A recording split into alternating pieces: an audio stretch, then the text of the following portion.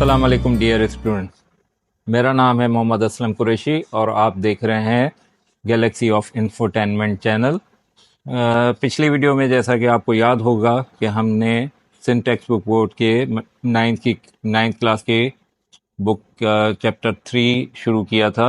Exercise 3.1 के question number 1 और 2 solve किए थे। आज हम एक्सरसाइज 3.1 के क्वेश्चन नंबर 3 को सॉल्व करेंगे। तो शुरू करते हैं क्वेश्चन नंबर 3 से, जो कि है reduce the following into their lowest form. Lowest form से बच्चों क्या मुराद है? लोएस्ट फॉर्म से मुराद है कि हम इसको इतना सॉल्व करें कि जिसके बाद उसमें और सॉल्यूशन की गुंजाइश ना रहे। तो पहला पार्ट है इस क्वेश्चन नंबर 3 का, p² - 100 अपॉन p + 10। तो इसको हम पहले फार्मूला वाले फॉर्म में लाएंगे।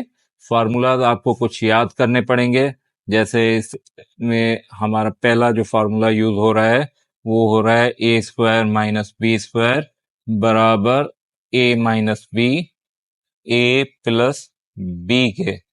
ठीक है बच्चों, इस फार्मूले का यूज होगा इस पार्ट नंबर 1 में। तो पहले हम p² - 100 को a² - b² वाले फॉर्म में लाएंगे। तो p² को हम p² करके लिखेंगे और 100 को हम 10² करके लिखेंगे, डिवाइडेड बाय ये p + 10 एज इट इज लिखा जाएगा। ठीक है बच्चों, उसके बाद हम इस पर न्यूमरेटर पर ये वाला फार्मूला अप्लाई करेंगे। तो a की जगह पर यहाँ पे है p और b की जगह पर हमारे पास यहाँ है 10। तो हम इस फार्मूला में रखेंगे पहले a - b, मीन्स ये हो जाएगा p - 10 और a + b, तो ये हो जाएगा p + 10। ठीक है बच्चों, इसके बाद हम डिनोमिनेटर में p + 10 लिखेंगे। अब ये p + 10 इस p + 10 से कैंसिल हो जाएगा और हमारे पास जो फाइनल रिजल्ट बचेगा वो p - 10 बचेगा। ये आंसर हो गया हमारा पहले नंबर पार्ट का। अब सेकंड पार्ट में हमें मिला हुआ है 3a² + 3ab upon 3a² + 6ab + 3b²। इस सवाल में बच्चों हमें दो टेक्निक अप्लाई करनी होंगी। एक में जो कॉमन निकलेगा पहले वो कॉमन निकालेंगे और उसके बाद अगर फार्मूला अप्लाई होता है तो फार्मूला अप्लाई करेंगे। तो न्यूमरेटर में 3a² + 3ab में क्या कॉमन निकल रहा है बच्चों?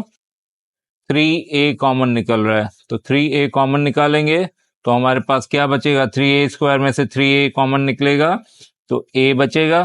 उसके बाद प्लस की साइन देंगे और 3ab में से 3a कॉमन निकाल लिया तो बाकी क्या बच गया? b बच गया। तो ये हमने b लिख दिया यहाँ पे। उसके बाद डिनोमिनेटर में देखें क्या कॉमन निकल रहा है? 3 कॉमन निकल रहा है पूरी एक्सप्रेशन में से। तो हम 3 को कॉमन निकालेंगे।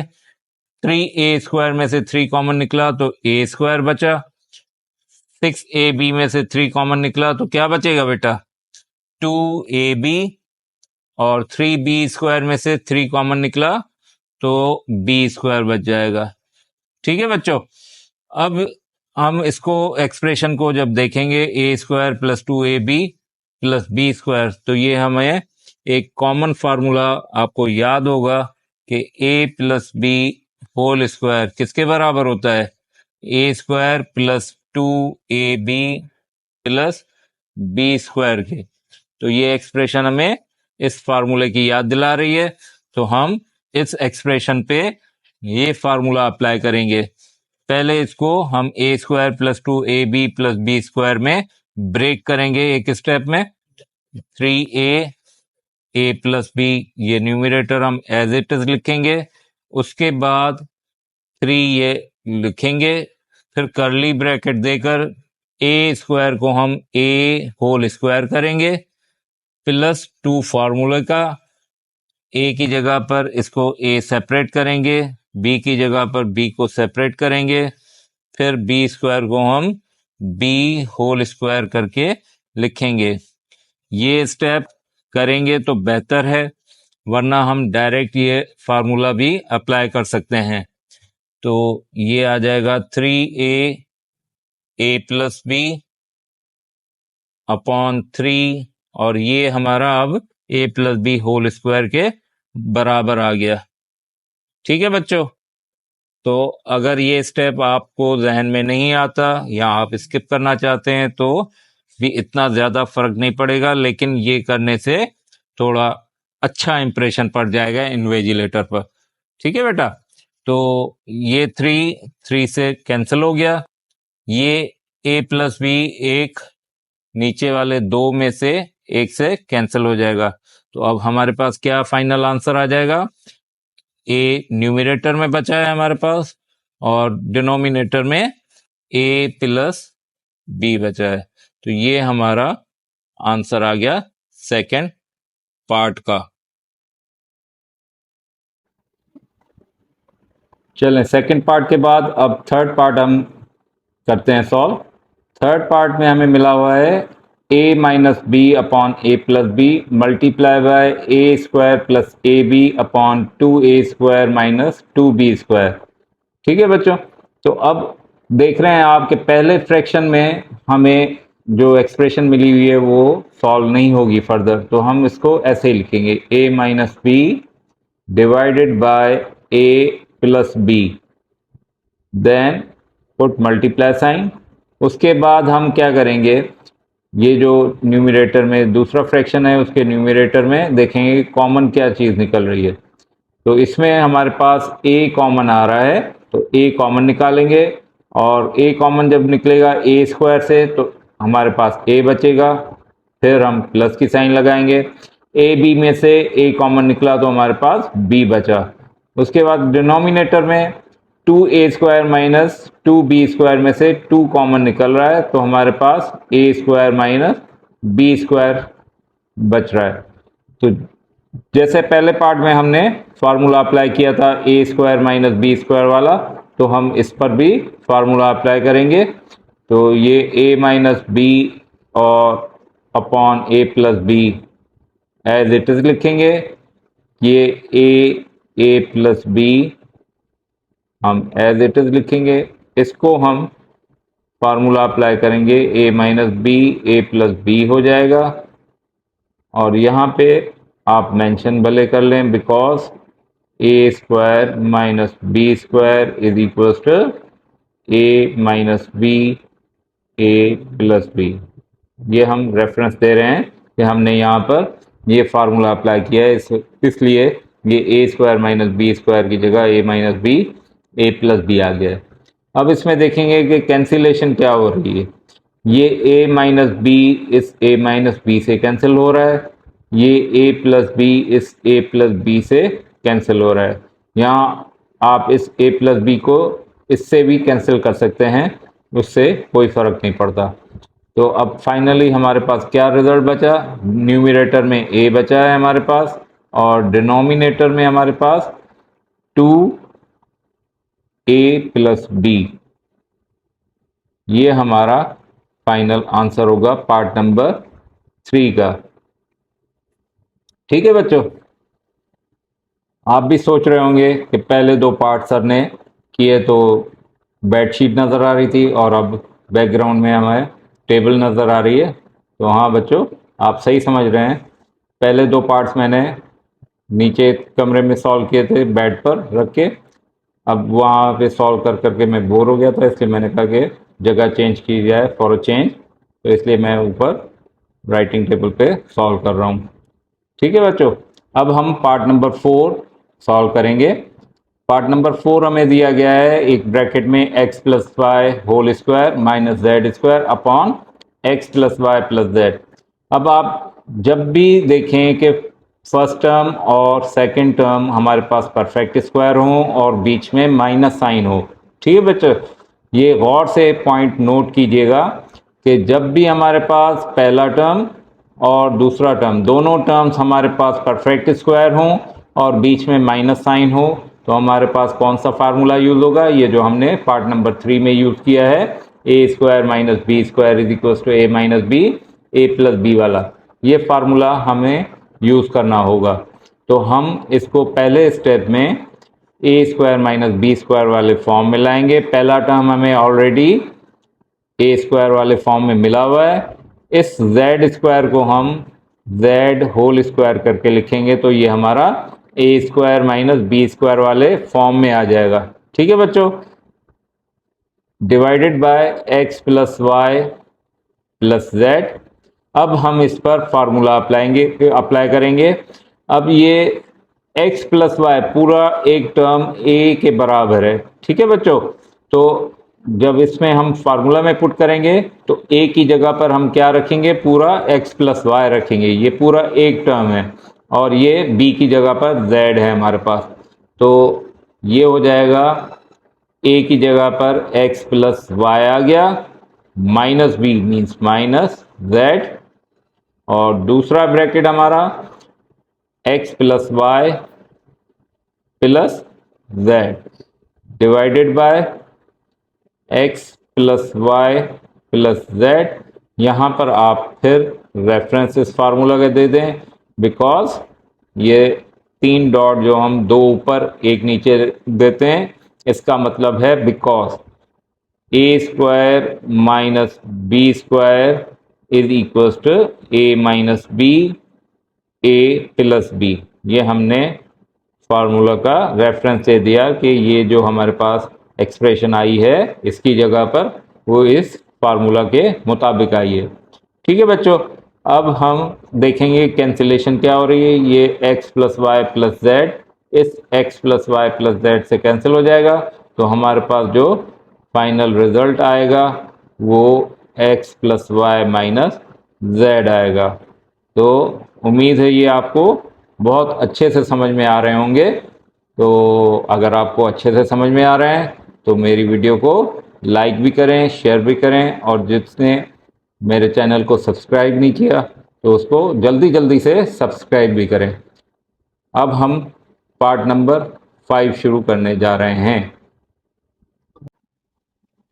तो प्यारे बच्चों, अब 5th पार्ट में जो हमें एक्सप्रेशन मिली हुई है वो है एम स्क्वायर माइनस 6m और दूसरे ब्रैकेट में 3m plus 15 divided by 2m minus 12।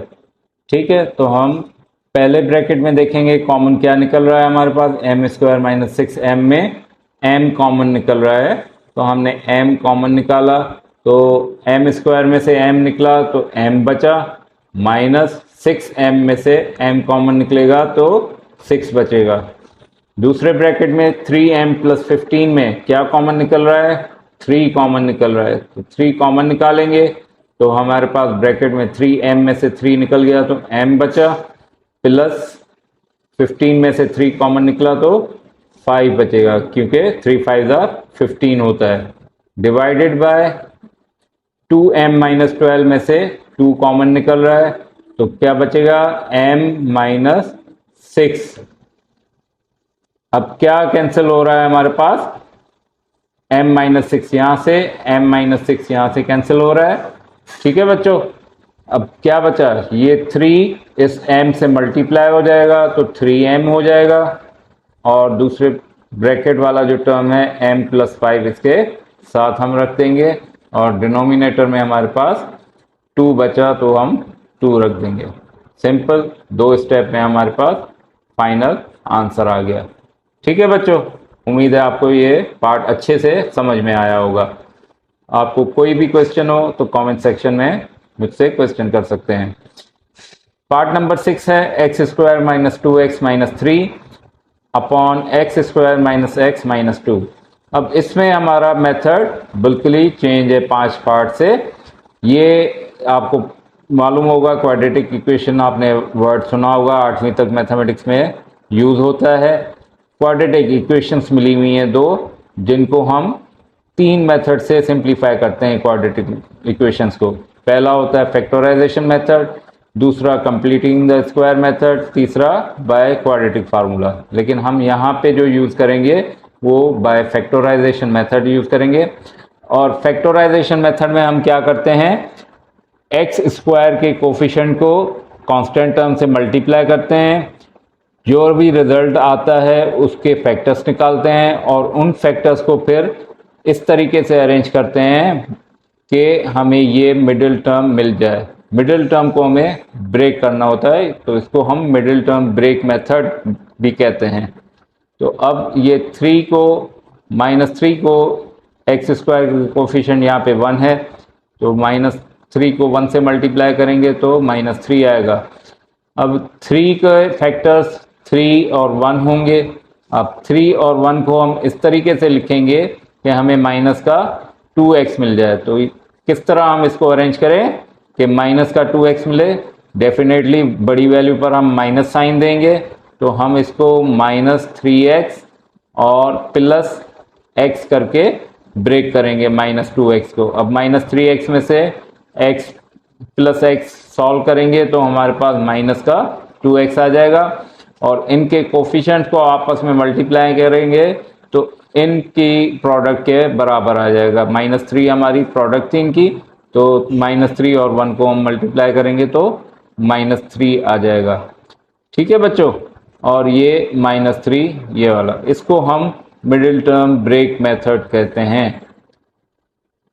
इसी तरीके से अब 2 को 1 से मल्टीप्लाई करेंगे तो 2 आता है, 2 के फैक्टर्स निकालेंगे तो 2 और 1 फैक्टर्स उसके निकलेंगे।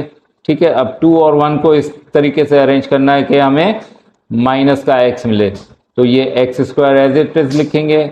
माइनस का x है तो बड़ी वैल्यू पर हम माइनस साइन देंगे और छोटी वैल्यू को हम प्लस के साथ लिखेंगे। अब इनको हम सिंप्लीफाई करेंगे तो हमें मिडिल टर्म अगेन मिल जाएगा, और ये -2 और इनकी प्रोडक्ट इन दोनों की प्रोडक्ट के बराबर आ जाएगी। ठीक है बच्चों, अब ये हमारे पास 4 टर्म्स हो गए। 2 के पेयर से हम कॉमन निकालेंगे। एक्स स्क्वायर -3x में से x कॉमन निकल रहा है, एक्स स्क्वायर में से x निकला, x बचा, -3x में से x कॉमन निकालेंगे तो हमारे पास क्या बचेगा? 3 बचेगा। अब x -3 में 1 कॉमन है तो हम 1 कॉमन निकालेंगे तो x -3 हमारे पास ये सेम आ जाएगा। अब इसकी कंडीशन क्या होती है मिडिल टर्म ब्रेक में? ये ब्रैकेट्स जो हैं सेम आने चाहिए। अगर आपके सेम नहीं आ रहे तो इसका मतलब आपने मिडिल टर्म सही ब्रेक नहीं किया। ठीक है बच्चों, अब डिनोमिनेटर के फैक्टर्स निकालेंगे। ये एक्स स्क्वायर में -2x में से x कॉमन निकला तो हमारे पास x -2 बचेगा ब्रैकेट में। x -2 में से अगेन +1 कॉमन निकलेगा तो x -2 आ गया। देखें इसमें भी ये 2 ब्रैकेट्स हमारे पास सेम आ गए, इसका मतलब कि हमने इसको सही ब्रेक किया है। अब ये x -3 कॉमन निकल आया, x -3 में से x -3 कॉमन निकला तो x बचा यहाँ पर, और यहाँ से +1 बच गया, x -3 निकला। तो इसी तरीके से डिनोमिनेटर में हमारे पास x -2 एक फैक्टर हो गया और दूसरा फैक्टर हो गया x +1। अब ये x +1 दोनों में कॉमन है, ये कैंसिल हो गया। अब हमारे पास फाइनल रिजल्ट जो इसका आ गया पार्ट नंबर 6 का, x -3 अपॉन x -2, ये हमारा फाइनल आंसर होगा पार्ट नंबर 6 का। तो बच्चों, इस तरह आज हमने इस वीडियो में एक्सरसाइज 3.1 का क्वेश्चन नंबर 3 कंप्लीट सॉल्व किया है।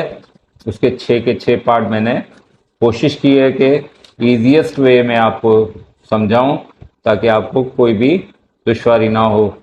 तो उम्मीद है आपको ये वीडियो समझ में आई होगी, पसंद आई होगी। इंशाल्लाह नेक्स्ट वीडियो में हम क्वेश्चन नंबर 4 सॉल्व करेंगे। तब तक के लिए अल्लाह हाफिज़।